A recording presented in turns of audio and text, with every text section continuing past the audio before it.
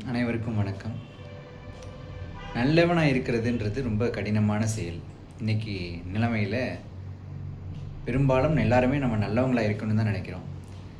நம்மளை சுற்றி இருக்கவங்களும் நல்லவங்களாக இருக்கணும்னு தான் நம்ம நினைக்கிறோம். ஆனால் நல்லவனாக இருந்தால் இந்த உலகத்தில் சாதிக்க முடியுமா அப்படின்ற ஒரு அச்ச உணர்வு, ஒரு பய உணர்வு எல்லார்கிட்டையும் இருக்குது. இதுக்கு நல்லவனாக இருக்கிறதுனால என்ன பயன் இருக்கும் அப்படின்னு நம்ம சமயத்தில் சொல்லுது. சமயம்னா நம்மளுடைய சைவ சமயம், இந்து சமயம். இந்த சமயத்தில் என்ன சொல்கிறாங்கன்னா, நல்லவனாக இருக்க மாதிரி நடி, நல்லவனாக இருக்கிற மாதிரி நடித்தனாலே நீ நல்லவனாக வாழ்ந்துடலாம் அப்படின்னு சைவ சமயம் சொல்லுது. இப்போ நடிப்புக்கு ஒரு அங்கீகாரம் கொடுக்குது சமயம். எப்படின்னா, இப்போ நடிகர்கள் நாடால் வந்துட்டால் நம்ம எல்லோரும் திட்டுறோம். நடிகனாக இருக்கான், அவனுக்கு என்ன தெரியும், அவனுக்கு வந்து நாடை கொடுக்குறோம் அப்படின்னு சொல்லிட்டு.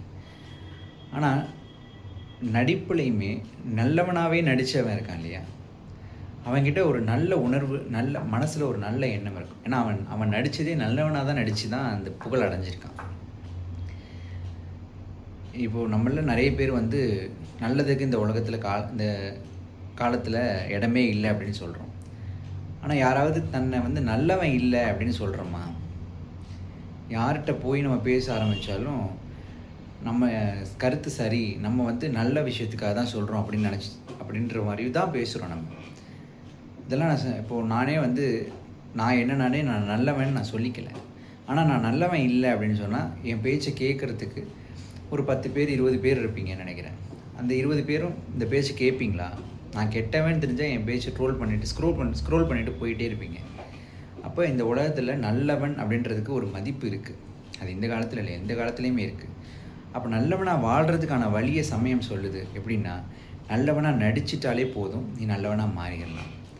நல்லவனாக நடிக்கிறதுனா எப்படி அப்படின்னு சொன்ன, நீ வந்து ஒரு குழுவில் நல்லவனாக நடிக்கிற. அதுக்கப்புறம் நீ உன்னோட பக்கத்து வீட்டுக்காரன்ட்ட நல்லவனாக நடிக்கிற. அதுக்கப்புறம் நீ உங்கள் அப்பா அம்மா கிட்ட நல்லவனாக நடிக்கிற. உங்கள் ஆசிரியர்கள்ட்ட நல்லவனாக நடிக்கிற. அப்புறம் நீ உன்னுடைய மனைவி கிட்ட நல்லவனாக நடிக்கிற. இப்படி எல்லார்கிட்டையும் நல்லவனாக நடிச்சு அப்படின்னா உனக்கு வந்து கெட்டவனாக இருக்கணுன்ற எண்ணமே வராது.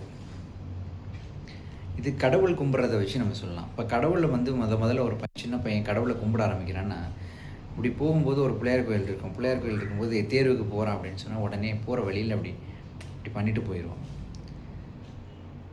இவ்வளோ தான் அவனுடைய கடவுள் பக்தி. அப்போது அந்த கடவுள் பக்தியே அதையே வந்து நம்ம சமயம் வந்து அங்கீகரிக்குது.